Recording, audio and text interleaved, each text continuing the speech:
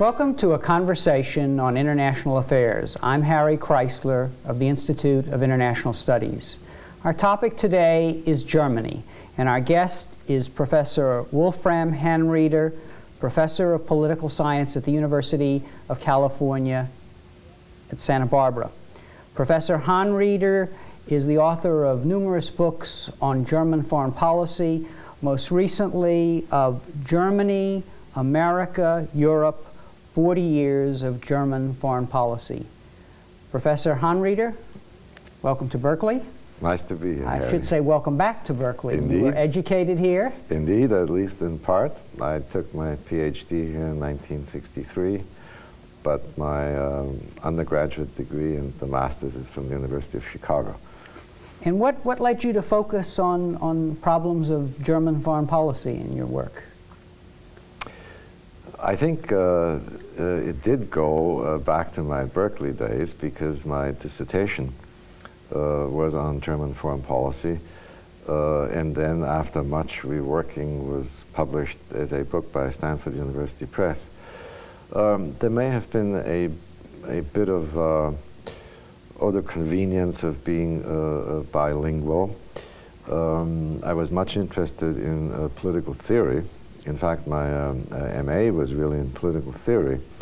So it's difficult to say what particular occasion brought about this interest in West German foreign policy. Was, in those days, in the early 60s, Germany an easier problem to get a handle on than it is becoming today? Well, I think even Germany in the 1960s was in a period of transition. And I think it was Karl Zuckmayer, the playwright, who once said, Germany is a constant prologue, that there seems to be no particular settled time period. But there's no question that the events of 1989, the revolutions of Europe,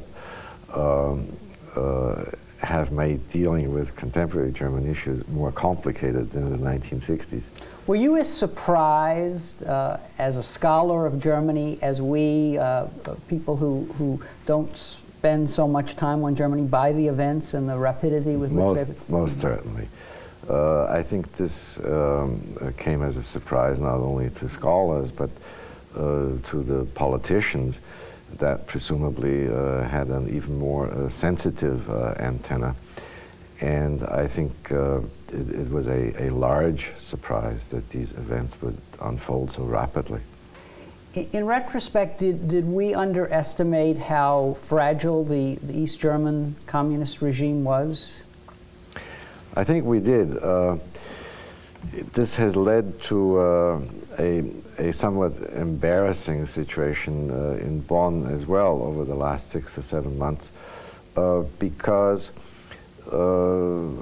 both the Christian Democrats or the opposition, the SDP, felt, of course, compelled to deal with the leadership in East Berlin, which presumably they would not have done on such an intense level had they realized how fragile the legitimacy of that regime really was. Let's look at your book for a moment and then get to current events and thoughts about the future. What do you see as the major themes, really, of German foreign policy in these last 40 years, since the end of World War II? I think the major theme would be a process of adjustment, and not always an easy process of adjustment, to the constraints, to the imperatives that were surrounding the Federal Republic. And I think it's remarkable, really, how the domestic political process in Germany over these decades has managed to adjust to that. I think it was painful. In the 1950s, going into the mid-1960s, the German left, or more specifically the Social Democrats, ultimately had to accept a policy that they had resisted in the 50s, West integration, membership in NATO. So one could say that the early adjustment was for the left to move to the center of German foreign policy, but in a sense the reverse, the German conservatives, the Christian Democrats in the 1970s, 1980s had to accept the major premises that the SPD, when it was in power, had created with respect to Ostpolitik. So I think you see these large shifts first from left to center and then perhaps from right to center. And I think it's remarkable that such a relatively large consensus could be established. And the problem for Germans of both parties was that the country really was divided across the fault line, essentially, but that divided the East from the West, the Soviet Union from the United States. Right. I think it made both German states really the forward line of two confronting empires, really. I mean, an empire that, in our case, reaches from Honolulu through the West Coast to West Germany, and on the other side, the East Germans being at the edge of the Soviet Empire. So I think it made both German states essential in the stability of the Cold War. And when you say that the left parties in Germany had to reconcile themselves to membership in the institutions of the West, the European community, NATO, and so on, let's explicate that a little. What was the dilemma there for them, and what was finally achieved? I think the dilemma was that, first of all, everybody on the political spectrum, left or right, realized in the 1940s, 1950s, that foreign policy events or foreign policy restraints were at the same time domestic policy restraints, because the domestic socioeconomic development in Germany was so embedded, energized, as well as constrained by foreign policy events that all parties always had to examine foreign policy consequences with respect to the domestic consequences. And the West integration pursued by the Christian Democrats, of course most prominently Chancellor Adenauer, clearly pushed the early development of the Federal Republic in a direction, both socioeconomic, that the SPD did not find particularly palatable. Also the question of German unity, where the SPD constantly pointed to what it felt was the contradiction between West integration and a more dynamic Eastern policies. So I think it was not a question that the SPD would not have had a sufficiently democratic temperament. They set their priorities somewhat differently with respect to foreign policies and their outcomes for domestic policy. Now, overarching above all of these both domestic and foreign policy issues was really this question of the reunification of Germany. This was an issue that both parties had to address. Was there a common commitment on both sides here to make reunification a long-term goal? There was certainly a common commitment, except that in the 1950s, the commitment at times did not seem to be as genuine on the part of the Christian Democrats, because they were following policies which seemed to be contradicting this particular goal.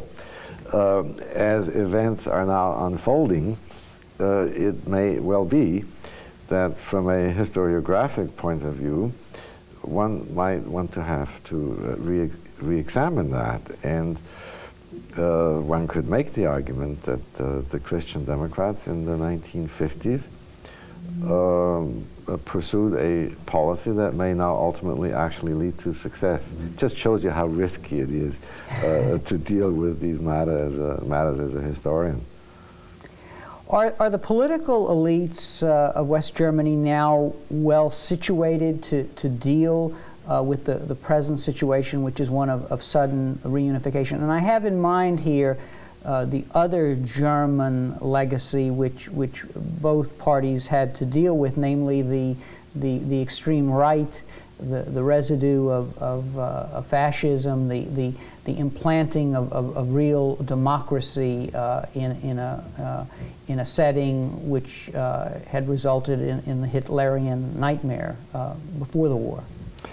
I think all political parties in Germany are and have been very sensitive to the dangers coming from the right wing.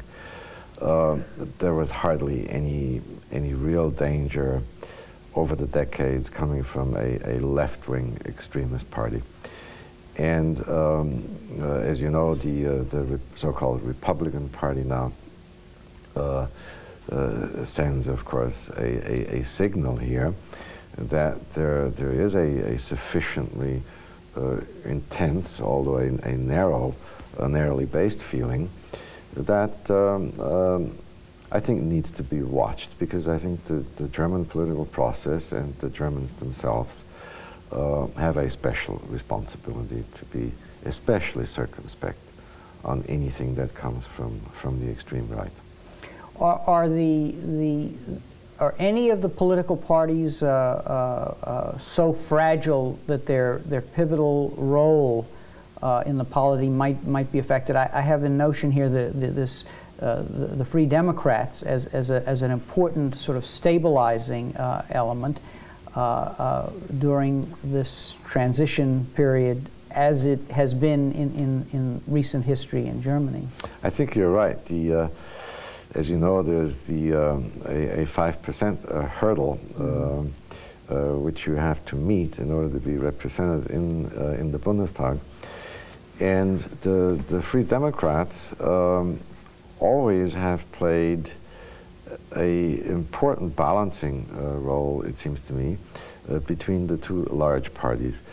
For one thing, now this has changed over the decades, but in the 60s and 70s, on some major foreign policy issues, the Free Democrats were quite comfortable with the SPD, but had constant friction with the SPD over socio-economic issues, which pushed the Free Democrats closer to the Christian Democrats.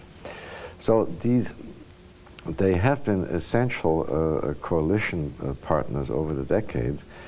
And of course now, with Hans-Dietrich Genscher as the most senior of foreign ministers, certainly in Europe. And he is a Free Democrat. And he's a Free Democrat. And he's been foreign minister for a number of years now. For a number of years, ranging both through an SPD a coalition and now.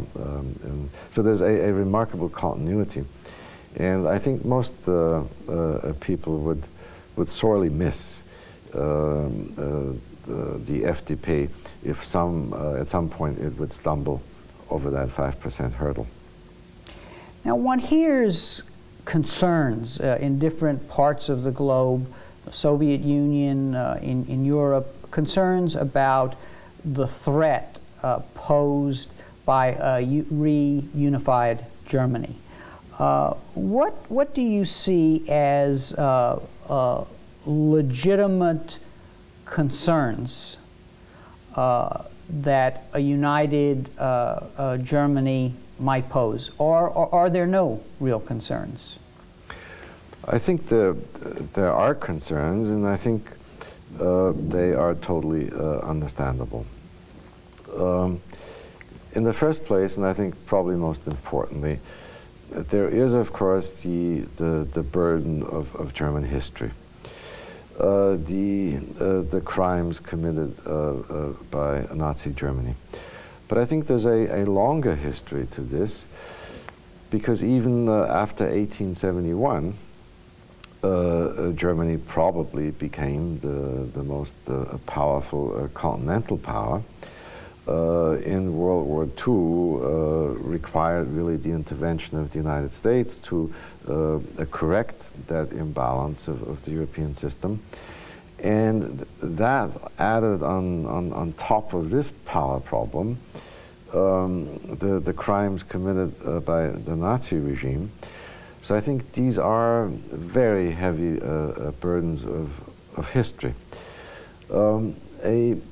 A second area of concern, and of course it would be related to the first, is that a united Germany would again reach a power position in Europe. I would think less in military terms, but perhaps in economic and monetary terms. In other words, raising concerns that are aggravated by the historical burden, but might even reappear if the German past were not as beclouded as it is. It's the normal feeling, kind of an old-fashioned balance of power sense, that one who is too strong needs to be restrained in a regional system by others. So I think these concerns are understandable on historical, on moral grounds. The question is how do we deal with them? And what is the answer to that formidable question? What should we be looking for in this process of rapid change to indicate that these problems are being addressed? Well, Harry, I think sometimes formidable questions, as you say, require relatively non-dramatic kind of answers. I would think that the stability that we want in this new European order would have to be guaranteed, or at least eased, by the appropriate institutions. And I think some of these institutions would inevitably be institutions that are the creation of the Cold War, the North Atlantic Treaty Organization. I think one could even say that the European community itself is, at least in part, a creation of the Cold War, because both the Europeans and the United States wanted a solid economic and socioeconomic foundation for our containment effort, both with respect to the Soviet Union and Germany. So I think there are time-tested institutions that we should try to continue, although we will need to augment them and perhaps also transform them. The Helsinki process, I think, would be an important one, in part because of its multilateral membership that really encompasses practically all of Europe, because it is somewhat divorced from this Cold War quality. In other words, I think we need both. The foundations from the Cold War that we now transform in the period of post-containment, and the imaginative use of more novel institutions. Now, one of the keys to the German success story up until the point of the revolutions of 1989 has been the stability of the German economy, the stability in particular of the mark and its management by the German central bank. Does the rapidity of events threaten an institution such as the Bundesbank as it's confronted with these numerous challenges of reunification?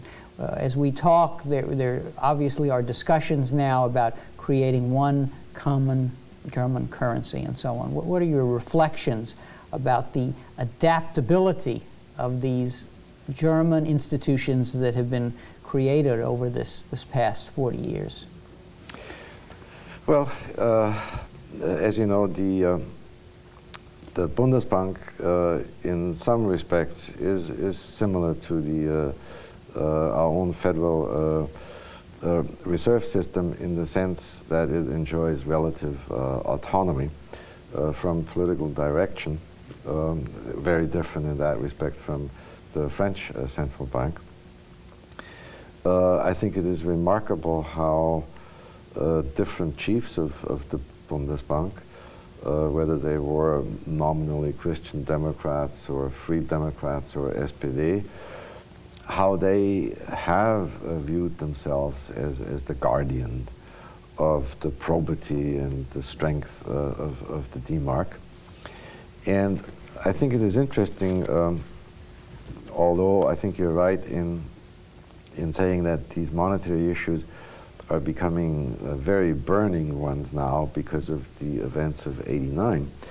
I think it is also true that even before those events, 2 or 3 years ago, the German Bundesbank was not terribly anxious to move too fast toward a European monetary union or a common European bank. So I think we see an interesting combination here of older concerns that are now being aggravated with the newer ones emerging from 1989. We need to, I guess, clarify the context that an international relations expert like yourself looks at as the German issue looms on the horizon. What I have in mind here are the real fundamental transformations that are going on within the context of European security. And here I have in mind really can we say that we're witnessing the collapse of Soviet power in Europe as we have known it, or is that too extreme a statement? I suppose one could say there is a collapse of Soviet power and in that respect a weakening. But I think it was James Thurber who once talked about the family dog who bit him, and Thurber would complain to his mother about it, and his mother would say, well, Jim, the dog is very sick. But Thurber would say, but Mom, he's also very strong. So the sickness and strength are here mixed in a peculiar way. I do think, and you're hinting at it, that we are in a state system in transition, in a way. Not only with respect to what we now see in the Soviet Union, but I'm thinking of the state system really after World War II, where on the one hand, rather old-fashioned and timeless issues of international politics, of course, remained with us. A sense of the balance of power. And yet, a sense also that nuclear weapons with their limitless reach, modern forces of economic interdependence, that we were moving in a state system in which borders or territorial issues were no longer as important.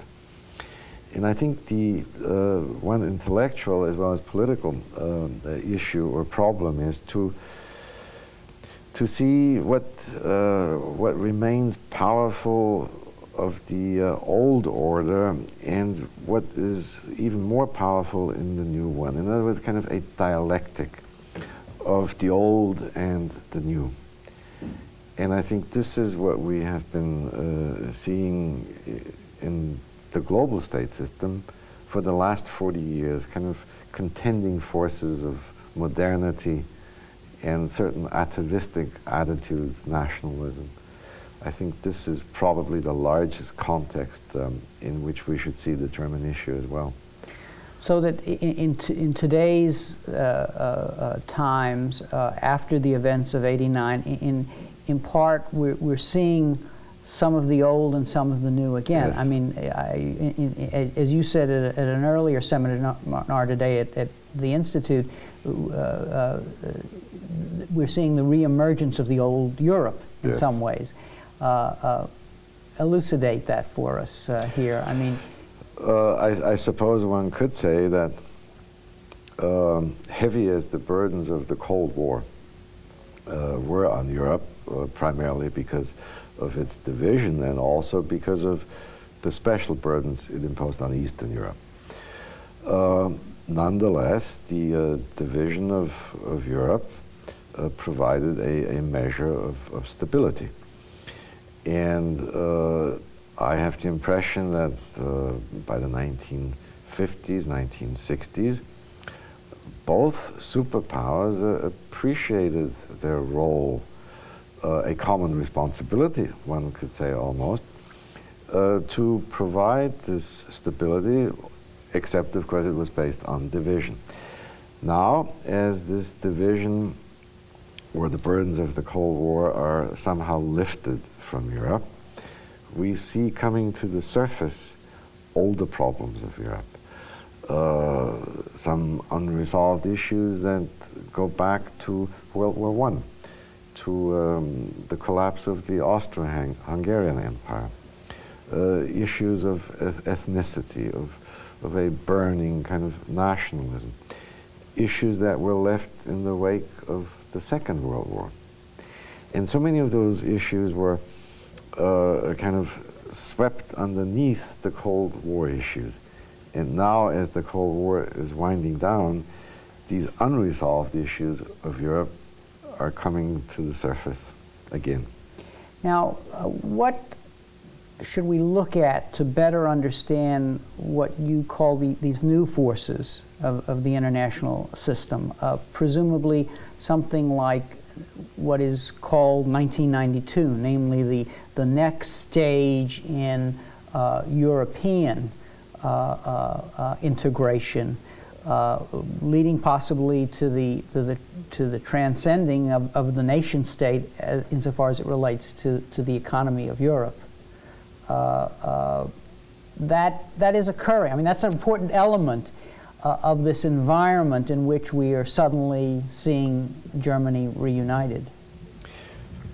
Yes, but then it seems to me we should recognize that it is not only an issue of Western Europe and Germany itself, but perhaps in the future a question of some kind of association of Eastern Europe or Southeastern Europe with the community.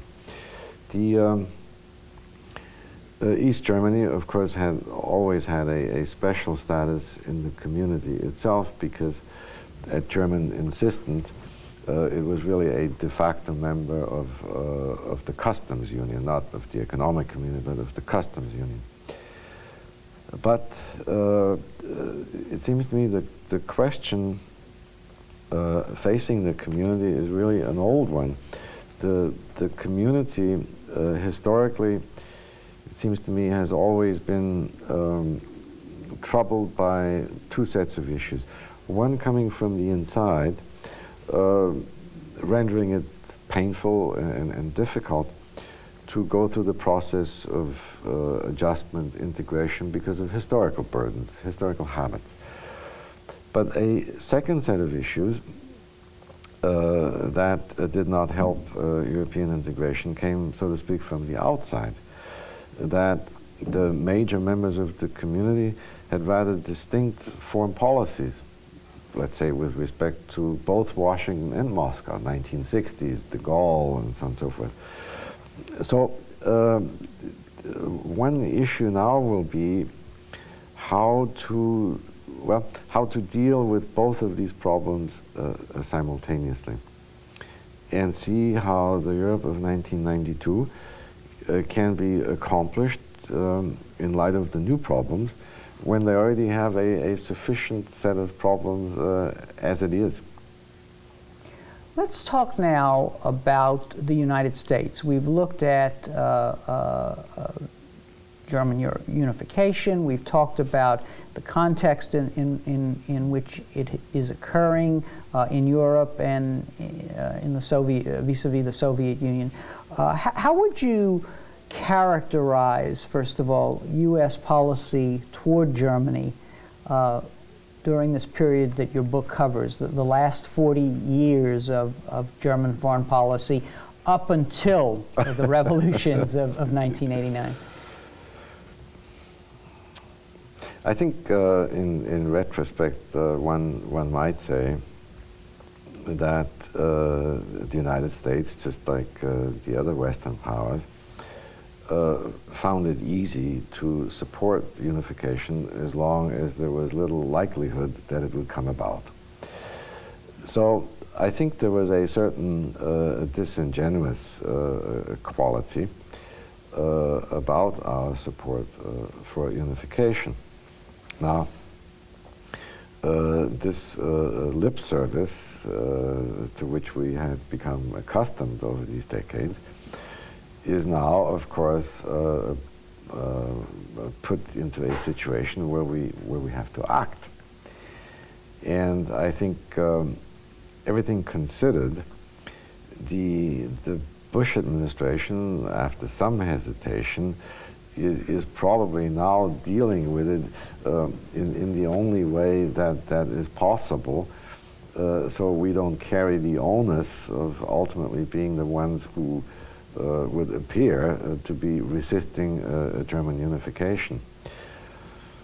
You have spoken of American policy in this last 40 years as double containment, in essence addressing both our Soviet policy and our German policy. Explain what you meant by that. I think there was a sense in the late 1940s, early 1950s, at the height of the Cold War, that the Federal Republic, created in 1949 with American urging and assistance, that this new West German state also had to be contained and integrated. Not surprising. We're talking there about 4 or 5 years after the end of World War II, and I find it totally understandable, also from the French perspective, that one would want to somehow integrate, or Dean Acheson called it, entangle the Federal Republic in a West European organization. I use for that the term double containment, in part also because, aside from its double intentions, it could be accomplished with the same integration, the same integrative institutions that we've already talked about. The European Economic Community, the North Atlantic Treaty Organization, which fulfilled this double purpose. They were containing the Soviet Union, military strategic grounds and economic grounds, at the same time as they were integrating and therefore containing the Federal Republic.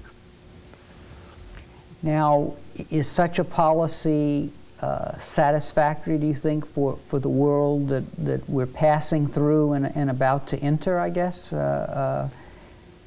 No. And I would think that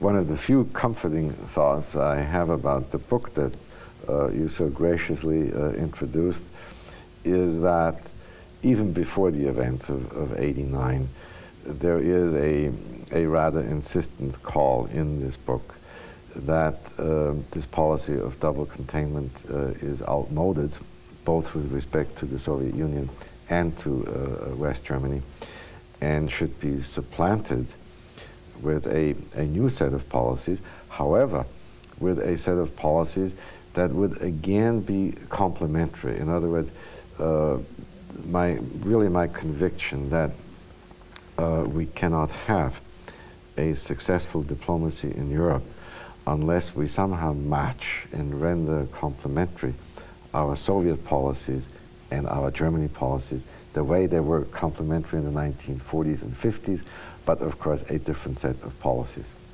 Now, one of the strengths of the German-American tie that we're going to be able to rely on, I think, during this transition and into the future is really the cultural ties that have developed during this period, the ties between the American and German elites at all levels, in the government,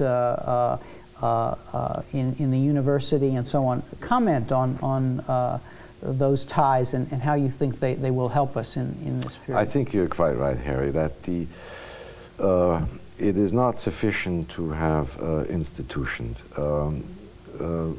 Equally important are the kind of energies, the human factors that pulsate through these institutions.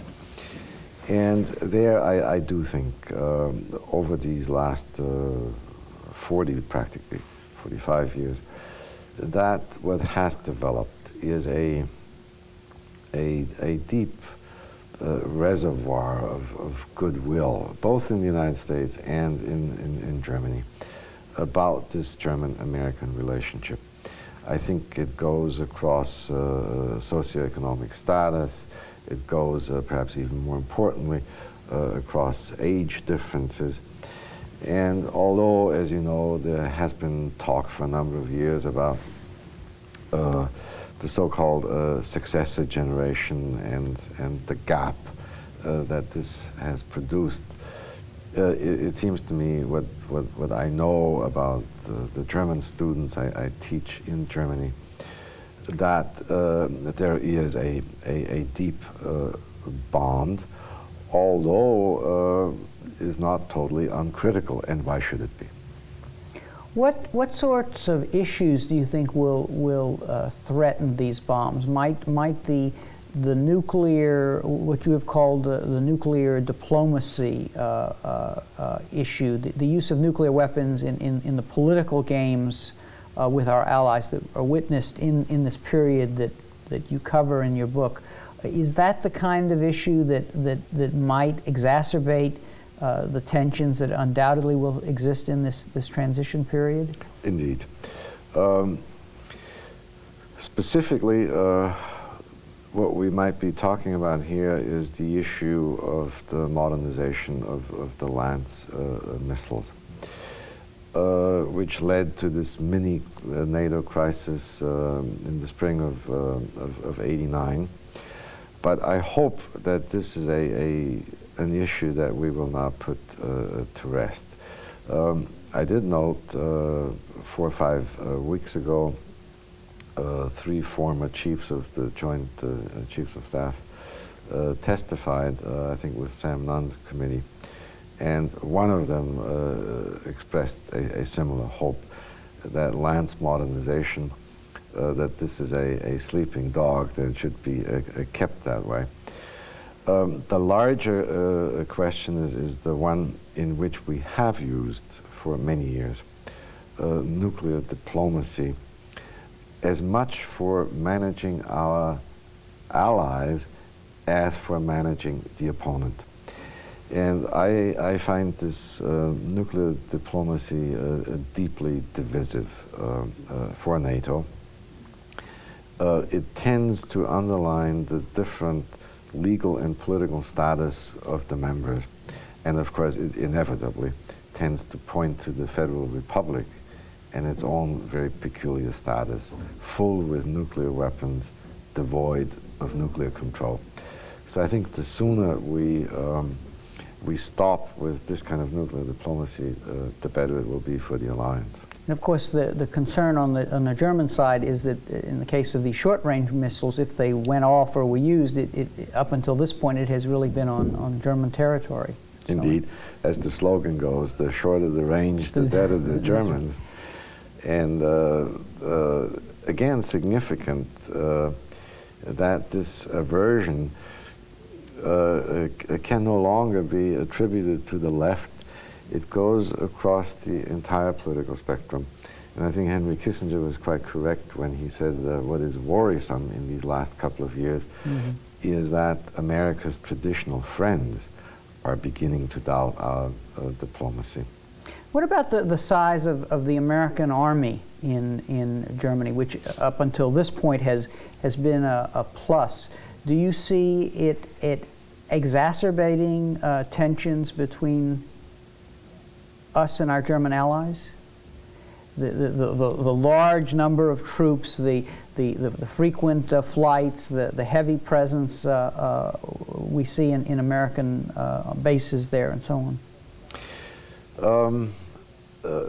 First, let me say that I look at this question with some sympathy. Mm-hmm. I served myself in the U.S. Army in Germany in the mid-1950s.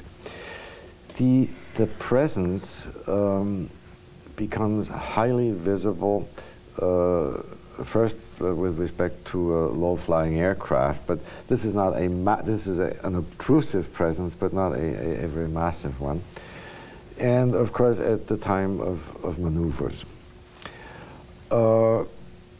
And yet, kind of in the day-to-day life of German cities, I see relatively little American military presence. American tourists are much more clearly visible than the American military. As we look at this present period, and one is concerned again and again about German neutrality, the fear that the Germans will go neutral. Might either of these issues, namely nuclear weapons or the American military presence, if not sort of orchestrated properly by our leadership, might they help push the Germans one way or the other on neutrality, or is neutrality sort of a dead duck once the Cold War ends? Well, I think these are, at least initially, separable questions. I think it is interesting that we have viewed the American nuclear presence in West Germany as, well, we've mentioned it before, as an alliance management. I recall Henry Kissinger about a year and a half ago in an article quoting a otherwise unnamed prominent European statesman that following the INF Accord, through which we removed the intermediate range forces, this commentator saying to Kissinger, "You have now removed the girdle that has tied the West Germans to the alliance." Shortly thereafter, the Economist editorialized that for the Germans to go non-nuclear is going neutral. And I think it would be useful to reflect on the meaning of this, because we're really saying, unless we keep saturating the Federal Republic with nuclear weapons, they will go neutral. And I think this is precisely what I mean about the inappropriate use of nuclear diplomacy to tie an ally. And I think you cannot and probably should not attempt to somehow assure the loyalty of an ally with this implied threat. I don't think it's the basis of a good relationship, either politically or personally.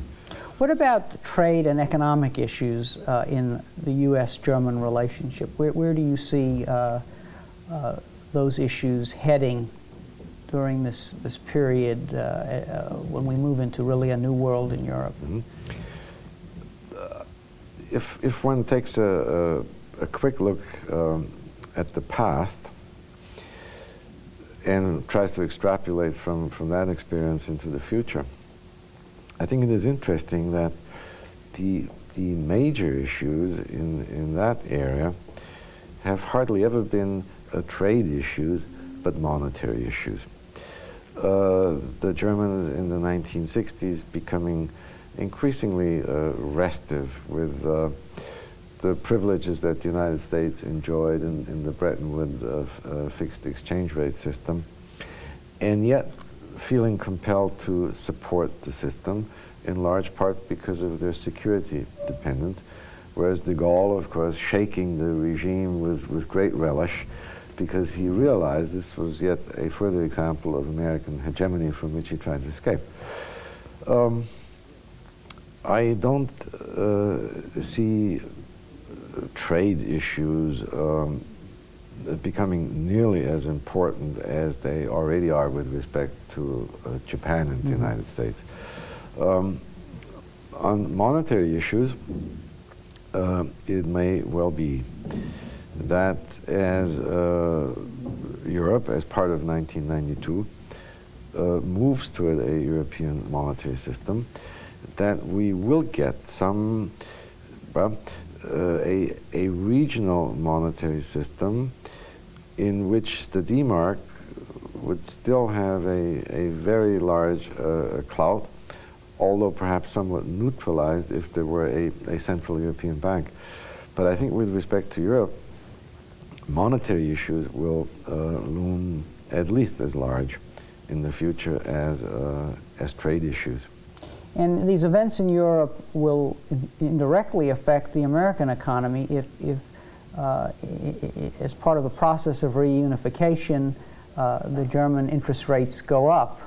Then it appears, I guess, that ours will have to go up also to keep the foreign capital here to pay our debt. I think the statistics would indicate that the German investment pattern in this country is really quite different from, let's say, the British or the Dutch, which actually the British is certainly larger than the Japanese. But the use of money, also with respect to German unity, I think, of course, is an important one. I think it was Francis Bacon who said money is like a manure of little use except when spread. And I think the Germans are acutely aware of that, and I think will use monetary clout in part because for understandable historic reasons, they could never have translated political aspirations in the language of arms, which of course is what de Gaulle did so skillfully in the 1960s. So I think the Germans have always been interested in translating politics into the language of economics because it is more respectable, certainly considering their history, and also because that's where the major locus of their strength was. And I think we can, it will be safe to predict that they will continue to do that, but may cost them, at least in the intermediate range, with respect to the costs that are coming their way, East Germany and so on and so forth. And of course, many analysts believe that the world we're entering is a world where, relatively speaking, economic power will matter a lot more than it has in the age that we're concluding. I suppose. I think it depends on what kind of a cynic you are, whether you think the seductions of war or the seductions of money are more powerful. I suppose it depends. But I must say that if you take a somewhat longer historical perspective, that one would have to say that the use of money rather than the use of arms is a much preferable, even if imperfect, use of diplomatic leverage. If you were grading the current administration on their response to the events of this extraordinary year, 1989, what grade would you give them? Well, I would say an incomplete, and we will wait for the final exam coming up in the next 4 or 5 years. One final question for you, Professor Hanrieder. What are your feelings as a scholar working on Germany during this extraordinary period that we've just gone through, where the pace of events were so rapid and so unexpected? Well, I think the feeling would have to be one of ambivalence. On the one hand, the the excitement, of course, that comes with watching these events unfold. On the other hand, working relatively closely to current events as I do, it demonstrates to you the sense of caution and the modesty, really, that we should feel about our own work and the uncertainties and ambiguities that are attached to it. And let me ask you one final question, which is what insight would you like to leave our audience with about sort of Germany in this coming period? Is there one thing that stands out in your mind that one would hope American citizens understand about the new Germany? I would think